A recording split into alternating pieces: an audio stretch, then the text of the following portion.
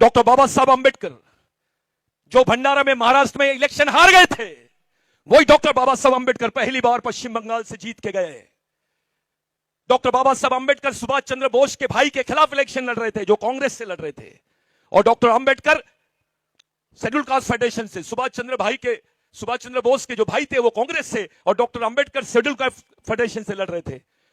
बिरसा मुंडा को मानने वाले आदिवासियों ने कांग्रेस से बगावत करके डॉक्टर बाबा साहब अंबेडकर को जिताया। डॉक्टर बाबा साहब अंबेडकर संविधान सभा में गए और उनको संविधान बनाने का मौका मिला।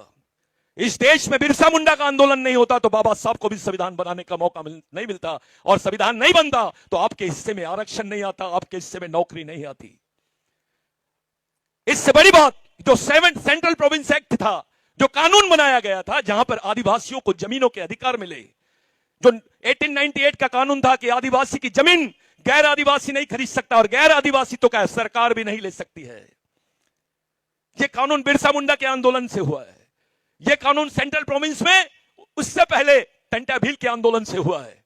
आपके पास 2 एकड़, 4 एकड़, 5 एकड़, 10 एकड़ जो जमीन है, यह किसी भगवान ने नहीं दिया, किसी राजा ने नहीं दिया, यह शहीदों की देन है।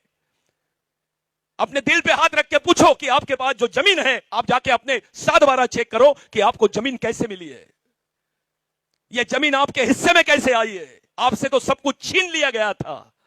उसी जमीन का आंदोलन देश के आदिवासियों ने किया है। साथियों, इस देश में स्वतंत्रता का जो संघर्ष है वो 70% संघर्ष आदिवासियों ने किया है। और हमारे हिस्से में क्या आया? गरीबी आई। हमारे हिस्से में क्या आया? नक्सलवाद आया। हमारे हिस्से में क्या आया? कुपोषण आया। हमारे हिस्से में क्या आई? बेरोजगारी आई। हमारे हिस्से में क्या आया? विस्थापन आया। इस गुजरात में भी एक विस्थापन हुआ था, भाई ने बहुत अच्छा चर्चा छेड़ा था, चौधरी जी ने। नर्मदा घाटी में सबसे ज्यादा घर अगर किसी के उजड़े हैं, कोई विस्थापित हुआ है तो वह आदिवासी हुआ है।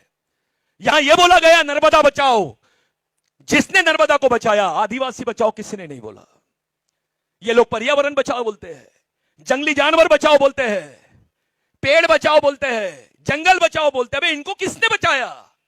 आदिवासी ने बचाया। लेकिन आदिवासी बचाओ कोई नहीं बोलता है।